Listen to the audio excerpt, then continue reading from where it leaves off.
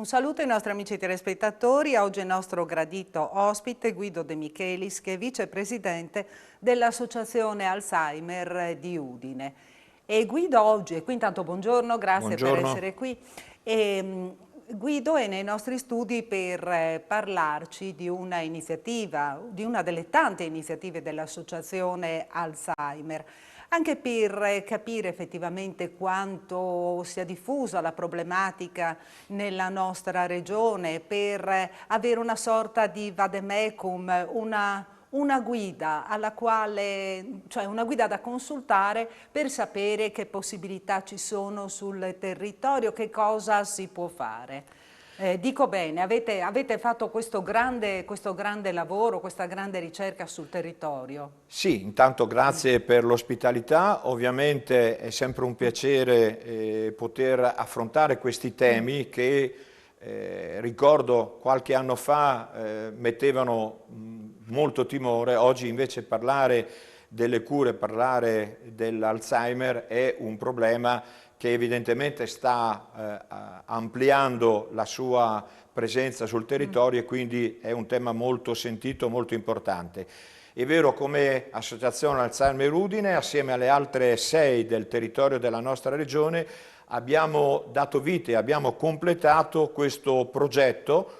progetto Cure, questo era il termine, Cura Cari in rete, un sostegno per i caregiver, persone quindi con demenza in Friuli Venezia Giulia. È stato un lavoro molto interessante che ci ha visto coinvolti tutte le associazioni, quindi un bacino molto ampio di familiari che hanno dato vita e hanno seguito questo progetto e che poi hanno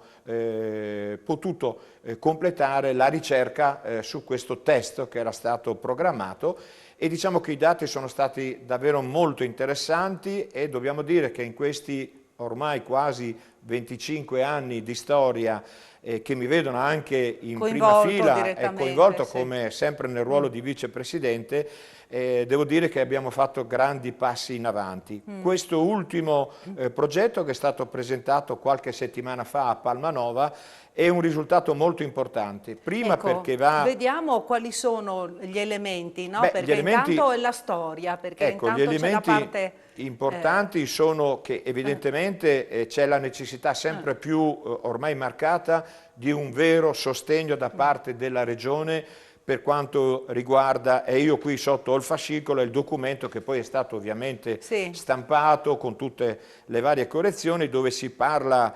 ovviamente di tutto quello che riguarda l'attività che le singole associazioni nel territorio fanno, quindi le associazioni sono quelle di Codroipo, Latisana, Monfalcone, Pordenone, Trieste e ovviamente la nostra a Udine. Questo opuscolo dà tutte le informazioni utili, come del resto ci sono anche i testi, quello che è stampato in ambito nazionale, che è a livello Alzheimer, nazionale, vediamo manuale Francesco dalla regia, ecco, perfetto. di Questo carattere nazionale, quindi con delle istruzioni. Non è recentissimo, però diciamo che ovviamente ha tutto quello che può essere utile, mentre poi in ambito locale, che è già arrivato alla terza sua edizione, è quello che abbiamo predisposto e stampato qui da noi, che ha visto quale primo suo operatore il dottor Ferdinando Schiavo e poi successivamente con gli ulteriori aggiornamenti anche la parte del nuovo nostro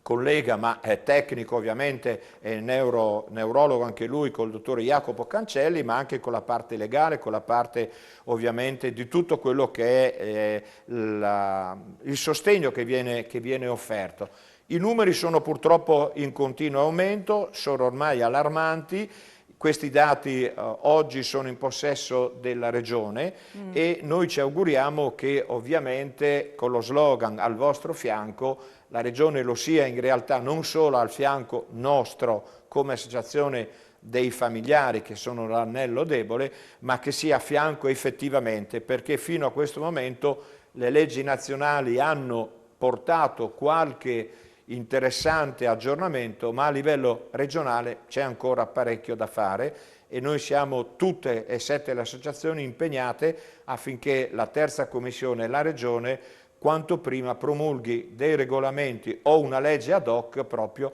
alla salvaguardia di queste persone che, ripeto, sono nell'anello debole, perché assistere H24 un familiare con demenza e in particolare con l'Alzheimer è veramente pesantissimo. Sì, quindi voi avete fatto una mappatura, anche, noi abbiamo detto anche una parte storica, perché avete esaminato anche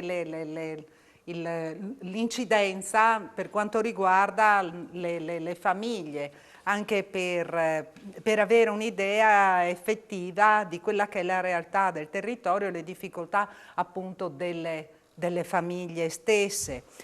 Che purtroppo nel periodo della pandemia sono state messe a dura prova ulteriormente. Sì, grazie di questa domanda Isabella, perché effettivamente questi 2 anni che ci portiamo dietro sono stati 2 anni in cui le case di riposo, non tutte per la verità, sono attrezzate per l'assistenza specifica ai malati di Alzheimer, e questa è un'altra grossa carenza che riscontriamo non solo nella nostra regione ma un po' in tutto il territorio nazionale. Ma evidentemente l'assenza e la preoccupazione e i tanti decessi che hanno purtroppo colpito molti anziani hanno costretto ulteriormente a tenere a casa i propri familiari e proprio i soggetti più deboli, soggetti che hanno maggiormente difficoltà, perché sappiamo che il malato di Alzheimer dopo una certa fase non è più in grado di dare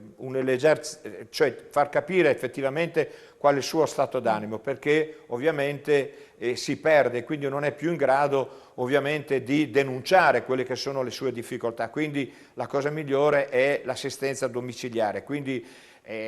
l'assenza poi anche di molte badanti sul territorio, perché c'è stata una grossa preoccupazione, ha creato questo grosso problema, e quindi questo nostro progetto, questo nostro lavoro nell'incontro conclusivo che si è tenuto a Palmanova ha evidenziato questo, e noi riteniamo che oggi la Regione abbia tutti gli elementi per poter effettivamente venire incontro e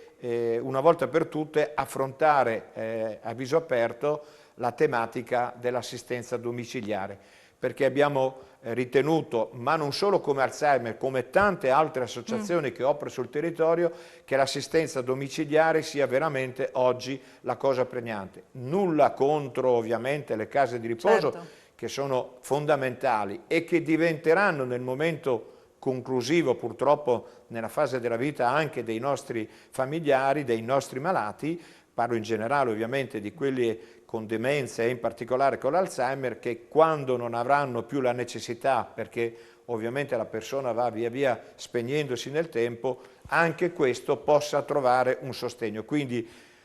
il regolamento anche delle case di riposo e delle RSA deve essere fondamentale per fare capire quali sono in realtà le vere difficoltà che oggi stiamo riscontrando anche in questo settore. Ecco, e per fortuna che ci sono le associazioni come questa che danno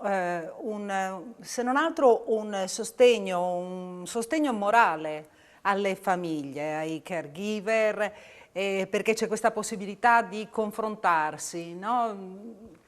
Uno degli aspetti fondamentali è il confronto, la possibilità di mettersi insieme, di parlare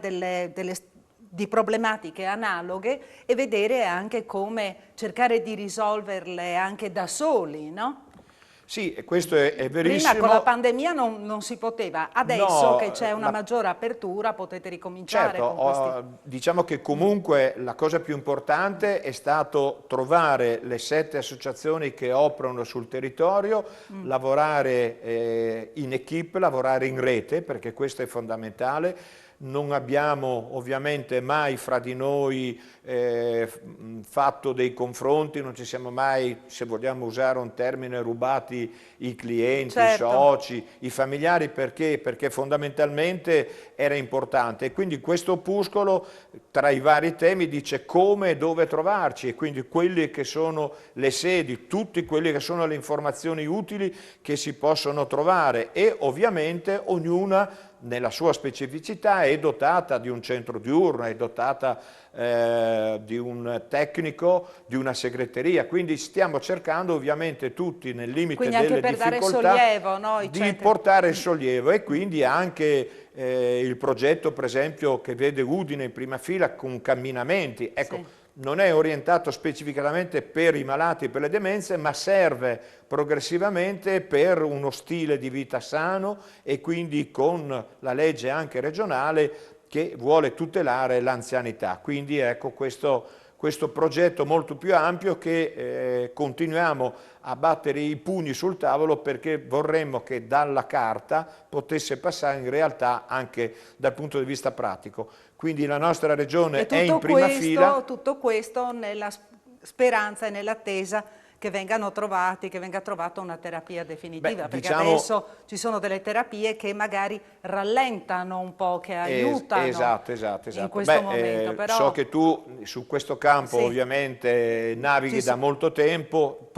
I progetti a questo punto sono molto avanzati. Le notizie che giungono ovviamente dagli Stati Uniti, dal Canada, da tutti gli altri paesi, ogni tanto arrivano queste notizie. È vero che ormai la farmacologia sta trovando delle soluzioni molto importanti, è però anche vero che è una di quelle malattie che ancora non hanno trovato. Però i milioni di malati in giro ormai sparsi per il mondo, e anche in Italia ce ne sono tantissimi, e oltre 25.000 nella nostra regione, quindi questo è un dato allarmante, dovrebbe ovviamente portare tutto il mondo che studia i farmaci, quindi le grandi ditte, a trovare qualche cosa che non sia solo più un palliativo, ma che sia effettivamente il trovare la soluzione per questi malati. E a legiferare in materia.